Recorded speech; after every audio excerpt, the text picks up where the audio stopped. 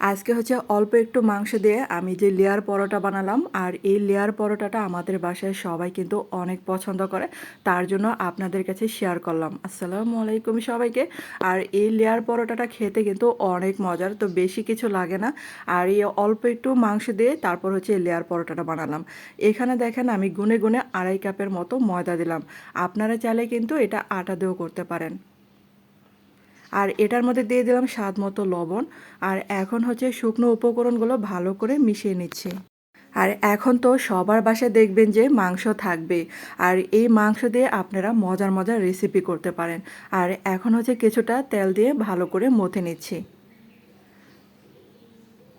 তো এরকম যদি আপনারা 2টা পরোটা বানিয়ে দেন, দেখবেন যে আপনারা 4 থেকে 5 জন বা বেশিও 6 জনের মতো কিন্তু খেতে পারবেন অনায়াসে। এত মজার হয়, আর অল্প একটু দিলেই কিন্তু খাওয়া হয়ে যায়।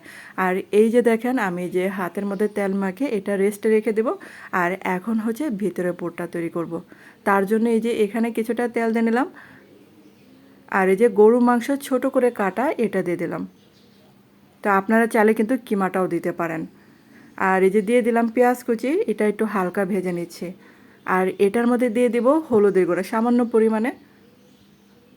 আর ধনে গুঁড়া দিয়ে দিলাম মরিচের গুঁড়া। মরিচের গুঁড়াটা কিন্তু অল্প পরিমাণে দিতে হবে।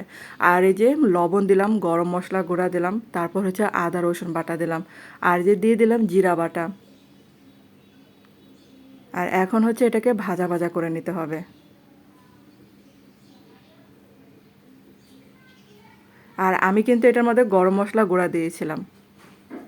আর এখন হচ্ছে এটার মধ্যে পানি দিয়ে সিদ্ধ করে নেব। তো এভাবে কিন্তু আমি 2 থেকে 3 বার পানি দিয়ে ভালো করে কষিয়ে নিয়েছিলাম। এই যে দেখেন এটা কিন্তু ভাজা ভাজা হয়ে গেছে। আর এটা একটু ঠান্ডা করে নিলাম। তারপর হচ্ছে এটার মধ্যে একটা ডিম দিয়ে দিলাম। দিয়ে দিলাম ক্যাপসিকাম কুচি করে কাটা, ফ্রিজে ছিল সেটা দিয়ে দিলাম। আর দিয়ে দিলাম পেঁয়াজ কুচি, কাঁচামরিচ কুচি করে কাটা। আর এই যে লবণ দিলাম সামান্য পরিমাণে। আর মরিচটা কম দেওয়ার কারণ হচ্ছে যে এখানে আমি কাঁচামরিচ দিয়েছি, তার জন্য ঝাল আবার বেশি হয়ে যেতে পারে। আর এখন দিয়ে দিলাম কিছুটা টমেটো সস। তো টমেটো সসটা দিবেন, অনেক মজার হবে। আর এই যে আবারও ভালো করে মিশিয়ে নিচ্ছি। আর এই যে দেখেন আটাটাকে আমি 4টা ভাগে ভাগ করে নিয়েছি। কারণ হচ্ছে এই 4টা ডো দিয়ে আমি হচ্ছে 2টার মতো পরোটা বানাবো। আর এই পরোটাটা হচ্ছে লম্বা লম্বি করে বেলতে হবে। তো এরকম দেখেন লম্বা লম্বি করে বেলে নিয়েছি। আর আরেকটা রুটি আমি আগে থেকে বানিয়ে রেখেছিলাম। তো এই যে দেখেন যেভাবে আমি দেখাচ্ছি সেম সেভাবে আপনারা করবেন। আর এই যে অর্ধেকটা পরে যে ভিতরে দিয়ে দিলাম। তো এই নাস্তাটা বড় থেকে ছোট সবাই কিন্তু অনেক পছন্দ করবে। আর ছোটরা মানে ছোটদের জন্য যদি বানান তাহলে মরিচের পরিমাণটা একটু কমিয়ে দিবেন। আর এটা কিন্তু চাইলে আপনার যে রান্না করা মাংস থাকে না, সেটা দিয়েও কিন্তু করতে পারেন। আলাদা আর মাংস রান্নার কোনো দরকার হবে না। আর এটা এখন এই যে পরোটার মতো তেলে ভেজে নেব। চাইলে কিন্তু ডোবা তেলেও ভাজতে পারেন। আর এই যে দেখেন আস্তে আস্তে কিন্তু এটা বেলুনের মতো ফুলতেছিল।